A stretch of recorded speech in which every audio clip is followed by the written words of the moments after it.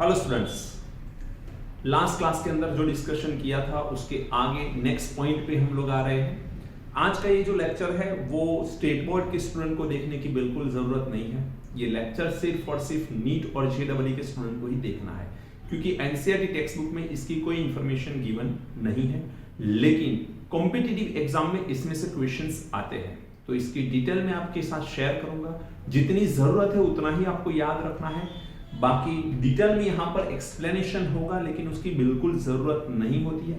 Last में मैं आपके साथ एक टेबल शेयर करूंगा और उस टेबल में से ही क्वेश्चंस आते हैं और क्वेश्चन को सॉल्व किस तरह से करे जाते हैं, ऐसे दो क्वेश्चन भी हम लोग सॉल्व करेंगे। तो आइए शुरू करते हैं।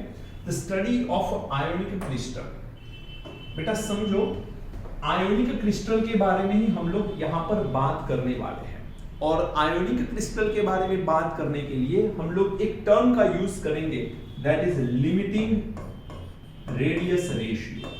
LRR बोलते हैं उसे शॉर्ट में, हम लोग उसे प्यार से बोलेंगे LRR, लेकिन उसका पूरा नेम आपको पता होना चाहिए, limiting radius ratio. Okay, limiting radius ratio क्या होता है, उसकी कहां जरूरत होती है, तो पहले तो दिमाग में एक चीज बिठा दीजिए कि लिमिटिंग रेडियस रेशियो सिर्फ और सिर्फ आयोनिक क्रिस्टल के लिए ही इंपॉर्टेंट है। आयोनिक क्रिस्टल के अलावा दूसरे किसी क्रिस्टल के लिए ये लिमिटिंग रेडियस रेशियो की बिल्कुल जरूरत नहीं होती है, पॉइंट नंबर 1। दूसरे, लिमिटिंग रेडियस रेशियो में जो आयोनिक क्रिस्टल आएगा उसमें पॉजिटिव एंड नेगेटिव दो आयन होते हैं। हम सब जानते हैं एनायन एंड कैटायन, दो आयन से आयोनिक क्रिस्टल फॉर्म होता है। तो याद रखना बेटा, जब कैटायन होगा तो उसकी साइज छोटी होगी और एनायन होगा उसकी साइज बड़ी कंसीडर हम करके चलेंगे। आप सबको पता है कि जब भी कोई भी एटम जब इलेक्ट्रॉन को गेन करता है तो वो एनायन बनता है, कोई भी एटम इलेक्ट्रॉन को रिलीज करता है तो वो कैटायन बनता है। जो कैटायन बनता है उसकी साइज कम होती है, जो एनायन बनता है उसकी साइज ज्यादा होती है। तो एनायन जो है उसकी साइज कैसी होगी, तो इसकी साइज होगी हायर साइज, मींस बिग जो होगा, बिगर साइज वाला जो होगा वो एनायन होगा, ये याद रखना है आप लोगों को। एंड छोटी साइज ऑलवेज किसकी हम लोग कंसीडर करेंगे, कैटायन की कंसीडर करेंगे, और इसकी साइज हम लोग स्मॉल कंसीडर करते हैं। यहां पर साइज बिगर है या बिग है, यहां पर स्मॉलर या स्मॉल साइज कंसीडर करेंगे। बात समझ आइए। चलिए, अब लिमिटिंग रेडियस रेशियो जो है वो किसके बारे में है, limiting radius ratio positive ion की रेडियस एंड नेगेटिव आयन की रेडियस का रेशियो है।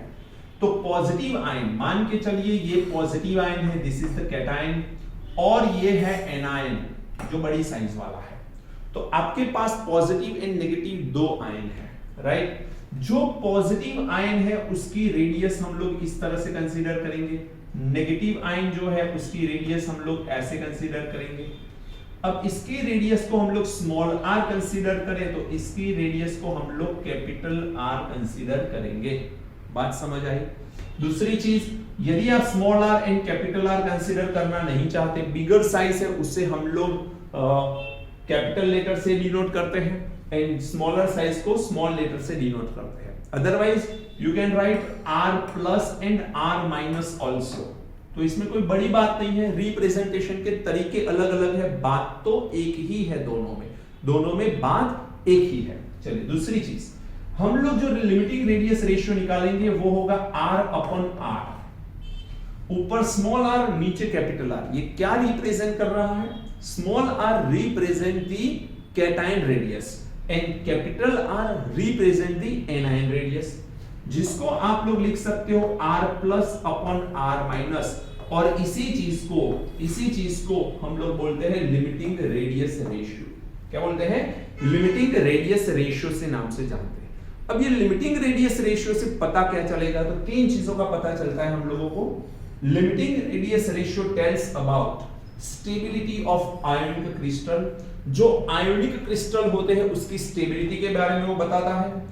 कोऑर्डिनेशन नंबर के बारे में, किसी भी कंपाउंड का कोऑर्डिनेशन नंबर यदि आपको जानना है तो by limiting radius ratio you can find it. And geometry of voids, geometry voids जो है, वॉइड्स की ज्योमेट्री कौन सी है उसके बारे में भी हम लोग डिस्कस कर सकते हैं। तो ये तीन चीजों के बारे में हम लोगों को पता चलता है यदि हम लोग फाइंड कर ले LRR। यदि हमको ये पता चल जाए तो हम लोग लिमिटिंग रेडियस रेशियो फाइंड करके ये तीनों चीजों को डिस्कस कर सकते हैं। बात समझ आ रही है? अब इसको आगे बढ़ाने से पहले मैं एक चीज डिस्कशन कर रहा हूं यहां पर, बहुत ध्यान से समझना, कहीं और ये चीज आपको लिखी हुई नहीं मिलेगी, समझना ध्यान से। यदि आपके पास एनायन है कुछ इस तरह से, ये 3 एनायन है, अगेन एनायन ही लिख रहा हूं मैं, यहां पर अगेन 3 एनायन है और यहां पर एनायन है कुछ इस तरह से। अब थोड़ा सा समझना ध्यान से, एनायन के बीच में मैं छोटी साइज वाला कैटायन रखता हूं। सबसे पहले यहां पर मैं कैटायन रखता हूं और ये कैटायन को जरा आप गौर से देखोगे तो एनायन की तीनों एनायन की सरफेस को टच करता हुआ मेरे पास कैटायन है। तो कैटायन एनायन 3 है, उस तीनों की सरफेस को, तीनों के स्फीयर को टच कर रहा है। यहां पर यदि मैं कैटायन ड्रॉ कर रहा हूं तो कैटायन छोटा है जो एक भी सरफेस से टच नहीं कर रहा। एनायन 3 है, उसके बीच में कैटायन है, कैटायन की साइज स्मॉलर होती है, ये बात हम कर चुके हैं। तो जो छोटा कैटायन है वो होल में है, दैट मींस वो एक भी स्फीयर के कांटेक्ट में नहीं है, उसके स्फीयर की एनायन के स्फीयर के साथ कैटायन का स्फीयर टच नहीं कर रहा। जबकि यहां पर हम देखें तो यहां पर कुछ इस तरह से है। नो डाउट कि ये साइज थोड़ी सी, चलो मैं थोड़ा इसे हटा के एक नया ड्रॉ कर लेता हूं।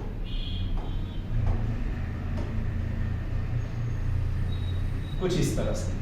तो ये मेरे पास 3 क्या है बेटा, 3 anion 1 cation, 3 anion 1 cation, 3 anion 1 cation. अब सबसे पहले इसे जरा ध्यान से देखिए, ये जो रेडियस आएगी, ये वाली इतनी रेडियस, इसे हम लोग एनायन की रेडियस बोलेंगे, which is denoted by r minus. ये जो रेडियस आएगी उसे हम लोग कैटायन की रेडियस बोलेंगे, which is denoted by r plus, and r plus upon r minus which is also represented by small r upon capital R। और ये जो रेडियस रेशियो आएगा इसे हम लोग आइडियल रेडियस रेशियो बोलते हैं। क्या बोलते हैं बेटा? Ideal radius ratio. एंड जब कभी भी आइडियल रेडियस रेशियो होगा तो एक चीज ध्यान रखना, एनायन की रेडियस एंड कैटायन की रेडियस का रेशियो आइडियल कब मानना है? जब एनायन के तीनों स्फीयर कैटायन के स्फीयर के साथ कांटेक्ट में है, टच कर रहे हैं।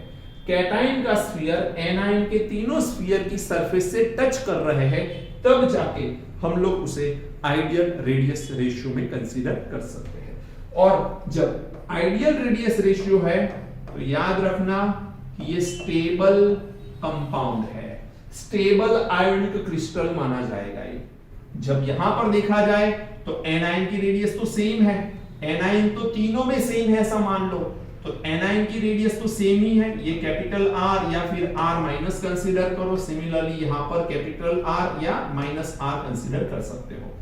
बट कैटायन छोटा हो गया, जब कैटायन छोटा हो गया तो R प्लस की वैल्यू क्या हो गई? छोटी हो गई।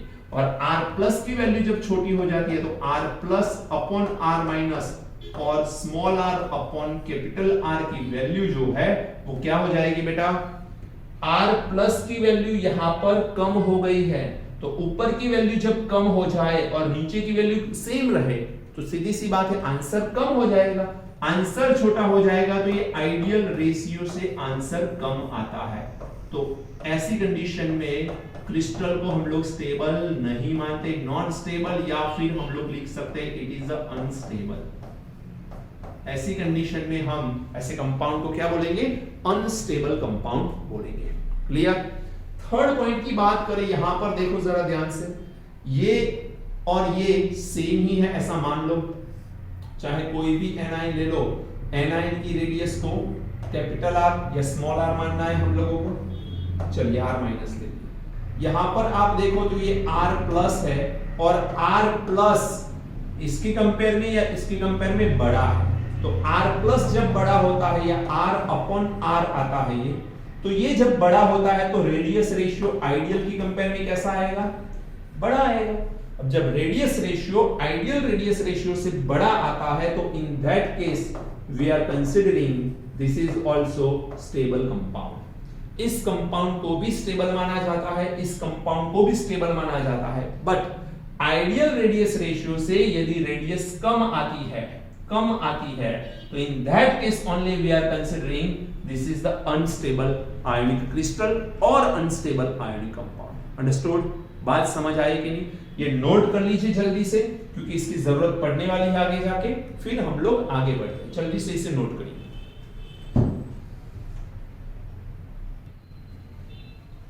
हो गया बेटा?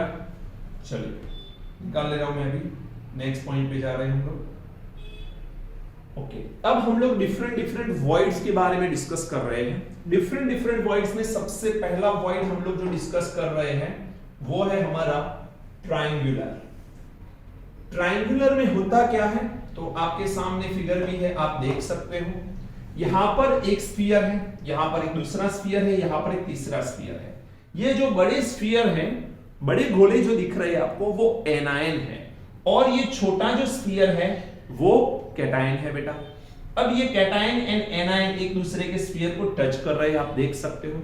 यहां पर आप लोग एक चीज और देखिए, तो यहां पर ये जो बीच वाला कैटायन है, ये बीच वाला कैटायन 3 एनायन के कांटेक्ट में है, एंड 3 एनायन के कांटेक्ट में है, तो इसका कोऑर्डिनेशन नंबर आपको कितना लिख के दिया हुआ है? 3।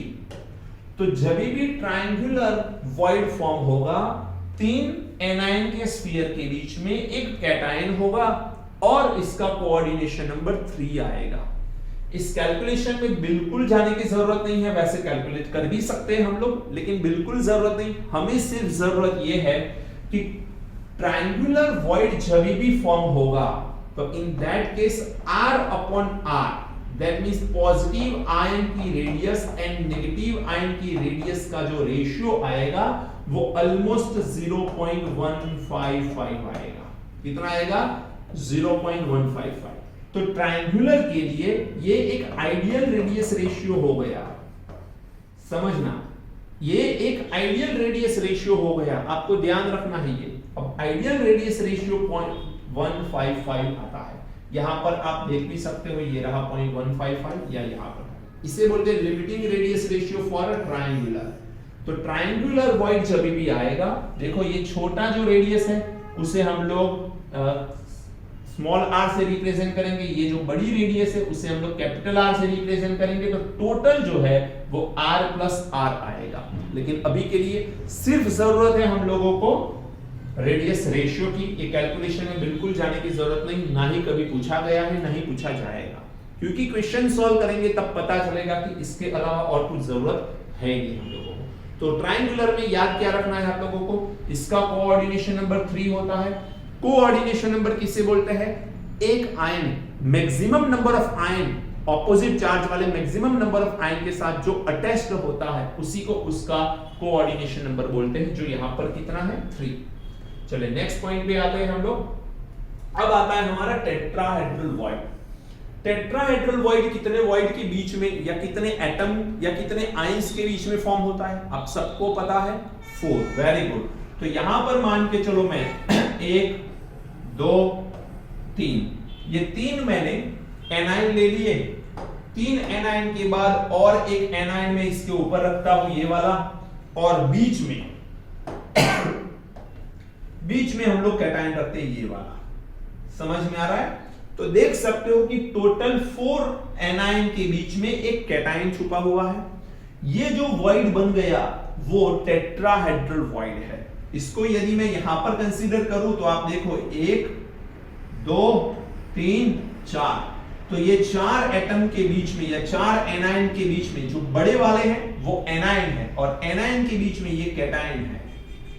यहां पर ये क्यूब के अंदर जब हम लोग इसे रिप्रेजेंट करते हैं तो स्फीयर एक दूसरे से टच नहीं करते हैं, बट जब हम लोग ऐसे ड्रॉ करते हैं उसे, तो स्फीयर एक्चुअल में एक दूसरे से टच करते हैं। यहां पर ये लाइन ड्रॉ करके सिर्फ हम लोग इसको ज्योमेट्री रिप्रेजेंट करने का, इसकी ज्योमेट्री को दिखाने का ट्राई करते हैं। बाकी ऐसी कोई लाइन सॉलिड के स्ट्रक्चर में थोड़ी ना होगी। समझ में आ रहा है? सॉलिड के स्ट्रक्चर में ऐसी कोई लाइन वहां पर अवेलेबल नहीं होती है बेटा। सिर्फ और सिर्फ आपको ध्यान ये रखना है कि यहां पर ये 4 एटम या 4 एनायन, तो ये 4 एनायन एक ऊपर की तरफ और 3 नीचे। इससे उल्टा भी सोच सकते हो, एक नीचे की तरफ और 3 ऊपर की तरफ भी सोच सकते हैं। और बीच में क्या है बेटा? बीच में एक कैटायन है। क्लियर है? तो यहां पर एक कैटायन कितने एनायन के साथ कांटेक्ट में है? 4। That's why the coordination number is 4। तो यहां पर टेट्राहेड्रल वॉइड में कोऑर्डिनेशन नंबर आपको याद रखना है, वो होता है 4। दूसरी चीज, यहां पर कैटायन एंड एनायन का radius ratio R plus upon R minus या फिर small r upon capital R आप लोग लिखोगे तो ये वैल्यू आएगी 0.225। और ये किससे बड़ी है? किससे बड़ी वैल्यू आई है? ट्रायंगुलर वॉइड से बड़ी आई। Very good. तो यहां पर ट्रायंगुलर वॉइड से ये बड़ी आई है, 225 है। तो इसका ideal radius ratio tetrahedral void के लिए आइडियल रेडियस रेशियो कितना आ रहा है? वो आ रहा है 0.225, जो यहां पर प्रूव भी किया गया है। लेकिन ये प्रूव किया गया है, इसमें टाइम बिगाड़ने की और आपको मेहनत वहां पर करने की कोई जरूरत नहीं। हमें मार्क्स चाहिए और मैं बोल रहा हूं, बस उतना ध्यान रखिए, सिर्फ आपको ये आइडियल रेडियस रेशियो ही याद रखना है। अंडरस्टूड? चलिए उसके बाद आगे बढ़ते हैं। देखो बेटा, मैंने यहां पर जो जिक्र किया ट्रायंगुलर वॉइड, उसमें रेडियस रेशियो याद रखो 0.155 एंड कोऑर्डिनेशन नंबर 3। उसके बाद मैंने बात करी टेट्राहेड्रल वॉइड की, coordination number 4 and ideal radius ratio is 0.225। चलिए नेक्स्ट आगे बढ़ते हैं। अब बात आती है ऑक्टाहेड्रल वॉइड्स के बारे में। ऑक्टाहेड्रल वॉइड किसे बोला जाता है? जो 6 आयन के बीच में एक छोटी गैप होती है उसे ऑक्टाहेड्रल वॉइड बोलते हैं, जिसमें कैटायन छुपा होगा। हम लोग 2 तरीके से उसे रिप्रेजेंट कर सकते हैं। वैसे पहला तरीका मैं बता रहा हूं, जरा समझना ध्यान से। मान के चलिए आपके पास है ये 3 एनायन, इसके साथ साथ ऊपर की सरफेस के ऊपर भी 3 एनायन है। तो टोटल कितने एनायन हो गए? 6। और उसके बीच में जो गैप आई उसे हम लोग ऑक्टाहेड्रल वॉइड बोल सकते हैं। 6 एनायन के बीच में एक वॉइड दिख रहा है, उसे हम लोग क्या बोल सकते हैं बेटा? उसे बोल सकते हैं हम लोग ऑक्टाहेड्रल वॉइड। या फिर 6 को रिप्रेजेंट करने का और एक तरीका दिखा रहा हूं मैं, ये 4, इसके ऊपर एक, एग्जैक्ट इसके नीचे एक, तो टोटल ये भी तो 6 हो गए। यहां पर 6 एटम के बीच में जो गैप क्रिएट हुई थी वहां पर कैटायन था, और 6 आयन के बीच में जो गैप है उसे ऑक्टाहेड्रल वॉइड यदि हम बोल पाए तो 4 एक प्लेन में है, 4 एक प्लेन में है, उसके ऊपर की तरफ एक और उसके नीचे की तरफ एक एनायन में रख लूं तो टोटल 6 एनायन तो वैसे भी हो गए। और इसके बीच में जो गैप है वो गैप में हम कैटायन रख ले तो ये जो वॉइड दिख रहा है it is also known as octahedral void. अब ये ऑक्टाहेड्रल वॉइड में एक प्लेन ले लिया मैंने, बेटा समझना ध्यान से। ऊपर का और नीचे का एटम अभी के लिए हटा दिया मैंने। अभी के लिए मैं हटा दूं तो सिंपल सी बात है, ये जो रेडियस है वो r प्लस है, ये जो रेडियस है वो r माइनस है। तो यहां पर r plus upon r minus या फिर r अपॉन r लिख सकते हो।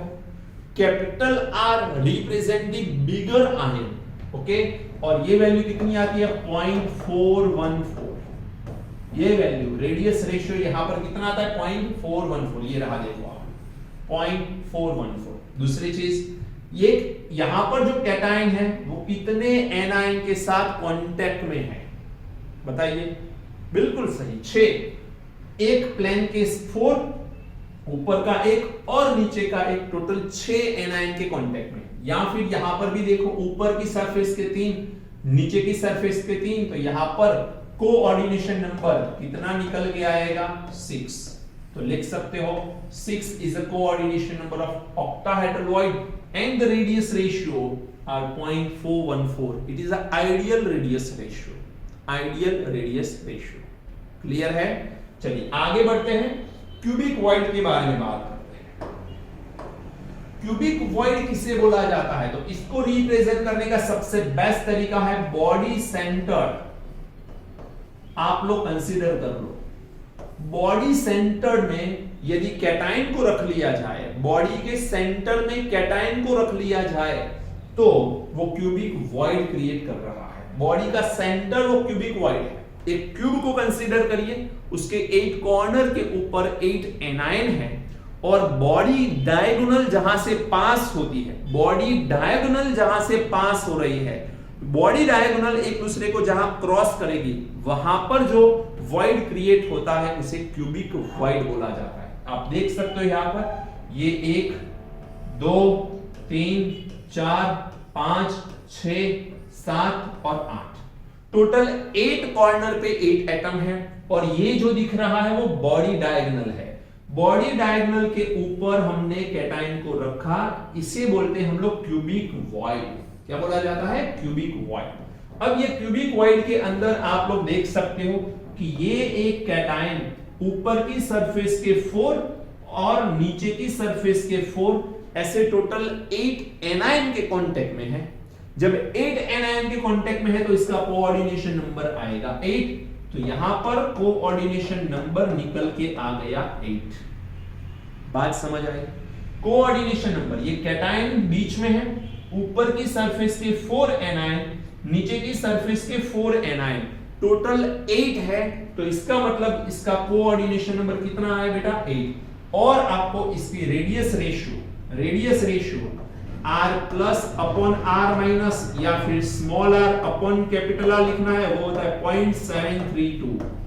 कितना होता है? 0.732। ये लिखा है 0.732। कैलकुलेशन में बिल्कुल मत जाइए क्योंकि वैसे भी इसका कोई काम नहीं है, सिर्फ आपको रेडियस रेशियो याद करना है। इसका कोऑर्डिनेशन नंबर कितना है बेटा? 8। हमने पहले डिसाइड कर लिया 8। इसका कोऑर्डिनेशन नंबर 6 और यहां पर रेडियस रेशियो 0.414। तो पहले आया था 0.155, फिर आया 0.225, फिर आया 0.414 एंड फिर आया 0.732। 4 डिफरेंट टाइप के voids and 4 different radius ratio आपको याद रखने हैं। सिर्फ उन स्टूडेंट को याद रखने हैं जो जेईई की एग्जाम देने वाले हैं एंड जो नीट की एग्जाम देने वाले हैं। बाकी स्टेट बोर्ड के अंदर इसका कोई रोल नहीं है। चलिए एक टेबल देखते हैं। ये टेबल आपको याद रखना है बेटा। सबसे पहले तो यहां पर देखो, लिमिटिंग रेडियस रेशियो आपको दे रखा है जो r अपॉन r, जिसे आप लोग लिख सकते हो r plus upon r minus also. यहां पर आपको लिख के दे दिया coordination number, then structural arrangement type of voids दे दिया एंड देन एग्जांपल्स दे दिए। कभी कभी एग्जांपल पूछ लेते हैं तो थोड़ा बहुत याद भी रख लो उसे। चलिए सबसे पहले the preference direction of structure with increase in the radius ratio as follow. 0.225 तक प्लेन ट्रायंगुलर होगा। जैसे ही 0.225 को रेडियस रेशियो क्रॉस कर जाएगा, 0.225 तक ये रहेगा। जैसे ही 0.225 को रेडियस रेशियो क्रॉस कर जाएगा वो बन जाएगा टेट्राहेड्रल। और टेट्राहेड्रल कब तक रहेगा? 0.225 से बड़ा एंड 0.414 से छोटा या इक्वल। जैसे ही 0.414 को क्रॉस कर जाएगा रेडियस रेशियो, जैसे ही 0.414 को रेडियस रेशियो क्रॉस कर जाएगा वो बन जाएगा ऑक्टाहेड्रल। जब तक ऑक्टाहेड्रल है 0.414 को क्रॉस करके 0.732 तक, एंड जैसे ही 0.732 निकल गया आगे क्यूबिक बन जाएगा। वो इतना बन जाएगा, क्यूबिक वॉइड बन जाएगा। अब जरा ध्यान रखना, 0.155 से लेके 0.225 तक रेडियस रेशियो आता है। मींस 0.225 से छोटा एंड 0.155 से बड़ा या उसके जितना रेडियस रेशियो आया, लिमिटिंग रेडियस रेशियो, तो in that case coordination number 3 उसे प्लेन ट्रायंगुलर बोलेंगे एंड बोरॉन ऑक्साइड B2O3 उसका एग्जांपल आएगा। क्लियर? सेकेंड पॉइंट, 0.225 से छोटी वैल्यू जब तक थी तब तक ये था। एग्जैक्टली 0.225 हो गया या फिर उससे बड़ी वैल्यू आई, लेकिन बड़ी कब तक? 0.414 से छोटी। 0.414 से छोटी एंड 0.225 जितनी है उससे बड़ी तो टेट्राहेड्रल आएगा। उसमें टेट्राहेड्रल में हम पढ़ चुके हैं अभी कि उसका कोऑर्डिनेशन नंबर 4 होता है। टेट्राहेड्रल वॉइड का नेम है, ZnS SiO2 उसके एग्जांपल्स है। बात समझ आई? नेक्स्ट, 0.414 से बड़ा या इक्वल एंड 0.732 से छोटा रेडियस रेशियो यदि आ रहा है तो इन दैट केस ये ऑक्टाहेड्रल बनेगा, कोऑर्डिनेशन नंबर 6 रहेगा, हम जानते हैं ऑक्टाहेड्रल वाइड बनेगा, NaCl MgO उसके एग्जांपल्स आएंगे। एनी डाउट बेटा? 0.732 से बड़ा रेडियस रेशियो या उसके जितना रेडियस रेशियो आएगा मैक्सिमम 1 तक, 1 तो होगा ही नहीं कभी, 1 तो एक ही केस में हो सकता है। हम लोग लिख क्या रहे हैं r plus upon r minus, अब दोनों की रेडियस सेम हो जाए तब जाके वैल्यू 1 आएगी, लेकिन 1 नहीं आएगी कभी भी, उससे छोटी ही वैल्यू रहेगी। 0.732 से बड़ा या उसके जितना या फिर 1.0 से छोटा रेडियस रेशियो आता है तो उसे ऑक्टाहेड्रल वाइड बोलते हैं, कोऑर्डिनेशन नंबर उसे क्यूबिक वाइड बोलते हैं, कोऑर्डिनेशन नंबर 8 आता है। ऑक्टाहेड्रल तो 6 कोऑर्डिनेशन नंबर वाले को बोलते हैं, 8 आता है तो क्यूबिकल वाइड बोला जाता है उसे। एंड CSCl उसका बेस्ट एग्जांपल है, CSCl। इसे आप लोग बोल सकते हो BCC structure also, body centred cubic close pack भी आप बोल सकते हो। क्लियर? तो आपको एक्चुअल में देखा जाए तो ये टेबल ही याद रखना है, लेकिन मैंने आपको बताया है कि वो एक्चुअल में आता किस तरह से। बाकी आज के लेक्चर में आपको ये टेबल ही याद रखना है और कुछ याद रखने की बिल्कुल जरूरत ही नहीं है। क्लियर? नोट करिए जल्दी से, फिर आगे बढ़ते हैं। चलिए 2 एग्जांपल्स मुझे करवाने हैं। पहला एग्जांपल देखो, each unit cell of NaCl consists of 14 Cl minus ion and what? यदि यूनिट सेल NaCl का है तो इसमें 14 Cl माइनस है तो Na प्लस कितने होंगे उसके बारे में बात करनी है। उसके बारे में बात करने के लिए हम लोग यहां पर एक फिगर ड्रॉ कर रहे हैं, जरा ध्यान से समझ लो इसको, इस फिगर को जरा ध्यान से समझ लेना। NaCl का स्ट्रक्चर होता किस तरह से है, तो कुछ कॉम्बो होता है या कॉम्बिनेशन होता है, ऐसा आप बोल सकते हो NaCl के स्ट्रक्चर के बारे में।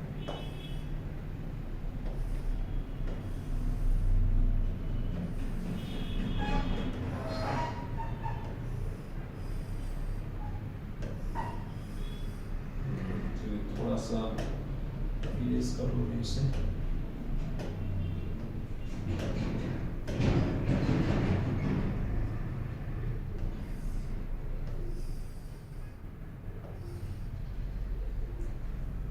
ओके, चलिए जरा एक्सेल NaCl का स्ट्रक्चर हम ड्रॉ कर रहे हैं बेटा। आपको ये स्ट्रक्चर ड्रॉ करना पड़ेगा, अदरवाइज इस क्वेश्चन को समझ भी नहीं पाओगे आप। ओके, ये NaCl का स्ट्रक्चर है। अब NaCl के स्ट्रक्चर में हमारे पास होंगे 2 टाइप के आयन। एक होगा Na+, जो छोटा आयन ड्रॉ करेंगे हम लोग, जिसे कंसीडर करो Na+, और फिर दूसरा बड़ा आयन होगा जिसे आप कंसीडर करो Cl-। अब यहां पर Na+ एंड Cl- की अरेंजमेंट देखेंगे। सबसे पहले हम लोग देखते हैं Na+ को। मान के चलो यहां पर Na+ आ गया, ओके, तो एज के सेंटर में Na+ आएगा। अभी ये एक बीच में Na+ मैंने रख लिया, तो हर एजिस के सेंटर में क्या रहेगा बेटा, Na+ रहेगा। हर एजिस के सेंटर में Na+ आएगा, तो ये Na+, यहां पर Na+, ये एज है ना बेटा, तो एजिस के सेंटर में ये एक एज है, ये एज है, तो इसके सेंटर में Na+ आएगा। अब ये एजिस के सेंटर में Na+ आएगा, यहां पर एजिस के सेंटर में Na+ आएगा, आएगा कि नहीं? चलिए ये एजिस है तो इसके सेंटर में यहां पर Na+, ये एज है तो यहां पर Na+, यहां पर Na+, यहां पर Na+, फिर ये एज है, क्यूब है, तो ये भी तो एज का सेंटर हुआ, तो यहां पर Na+, ये एज का सेंटर हुआ, यहां पर Na+, ये एजिस का सेंटर यहां पर Na+, ये एजिस का सेंटर यहां पर Na+ आएगा। तो ये एजिस के सेंटर में Na+ आ गए। अब आप सोचो Na+ है कितने, 1 2 3 4 5 6 7 8 9 10 11 12 13। तो ये Na+ कितने दिख रहे हैं आपको, 13 Na+ दिख रहे हैं। लेकिन Cl- कितने आएंगे वो भी तो कंसीडर करना है हम लोगों को।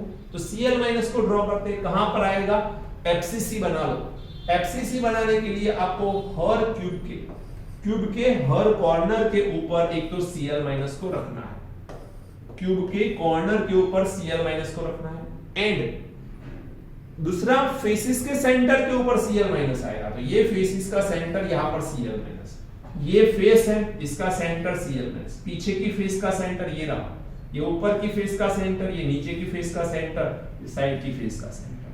कितने Cl माइनस हुए? 1 2 3 4 5 6 7 8 9 10 11 12 13 14। देखो बेटा 14 Cl माइनस। तो 14 Cl माइनस जब जब होते हैं तब 13 Na प्लस होते हैं। हो सकता है क्वेश्चन को चेंज कर लेंगे।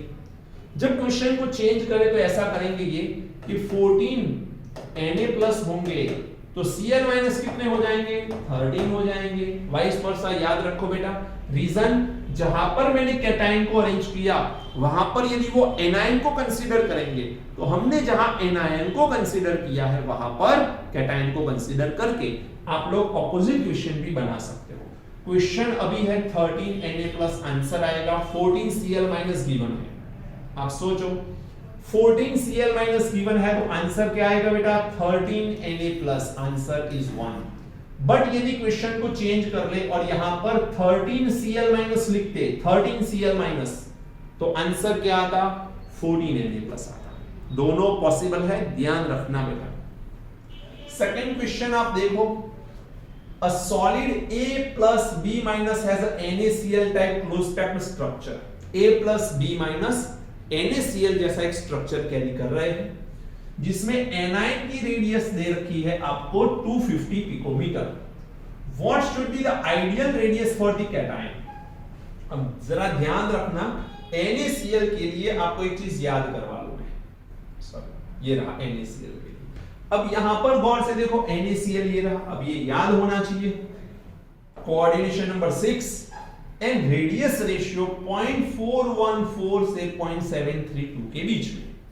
अब जब कभी भी कैलकुलेशन करनी पड़ेगी तो हम आइडियल रेडियस रेशियो लेके कैलकुलेट करेंगे, क्योंकि 0.414 से बड़ी या 0.732 से छोटी तो बहुत सारी वैल्यूज अवेलेबल है, जिसमें से हम सिर्फ यही वैल्यू को कंसीडर करके आगे बढ़ेंगे हर किसी के लिए। यदि प्लेन ट्रायंगुलर हुआ तो ये ले लेंगे हम लोग, टेट्राहेड्रल दिया तो ये ले लेंगे, क्यूबिक ले लिया तो 0.732 ले लेंगे, एंड जब ऑक्टाहेड्रल ले लेंगे तो रेडियस रेशियो को 0.414 कंसीडर करके चलेंगे। कैलकुलेशन में हम लोग आइडियल रेडियस रेशियो इस साइड वाले को ही मानने वाले हैं, ध्यान रखना। तो अब हम लोग क्या करने वाले हैं? Ideal radius ratio for octahedral R plus upon R minus कितना कंसीडर करेंगे? 0.414, राइट? जिसमें से आपको एनायन की रेडियस कितनी दे रखी है? 250 बेटा।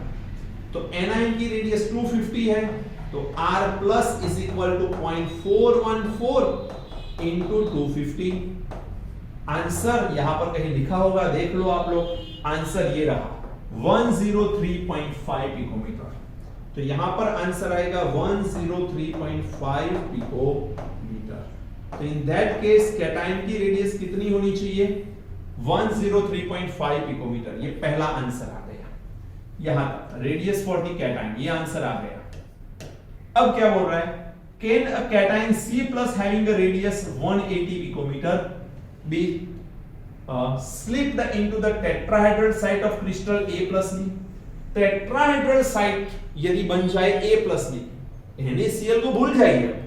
बोल रहा है कि A प्लस B यदि टेट्राहेड्रल साइट फॉर्म कर रहे हैं तो क्या 180 पिकोमीटर वाला कैटायन उसमें स्लिप्ड हो सकता है? देखते हैं।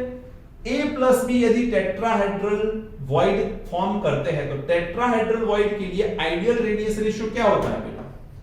R plus upon R minus for a tetrahedral void.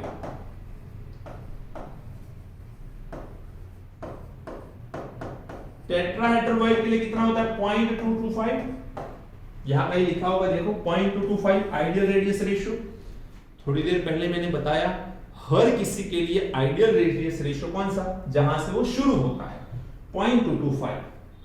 अब आपको बोला गया है 250 पिकोमीटर, तो एनायन की रेडियस है ही है हमारे पास 250 पिकोमीटर। यदि मैं एनाइन की रेडियस 250 पिकोमीटर ले लूं तो 250 इंटू 0.225 कितना होगा? 250 इंटू 0.225 मल्टीप्लाई करने से आंसर आता है 56.25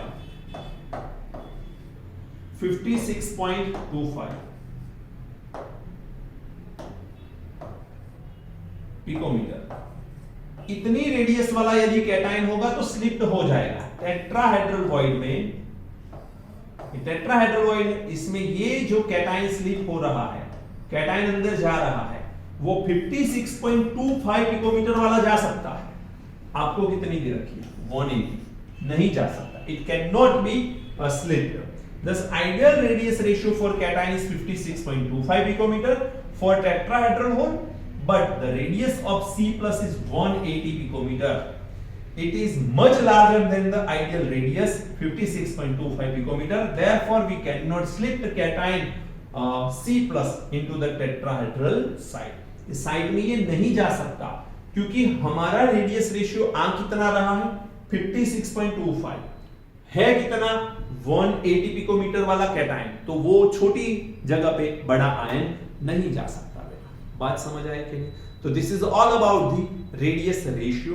इसके अकॉर्डिंग बहुत सारे क्वेश्चंस आएंगे, जैसे कि आपको R plus and R minus बोल दिया जाएगा टेट्राहेड्रल वॉइड के लिए।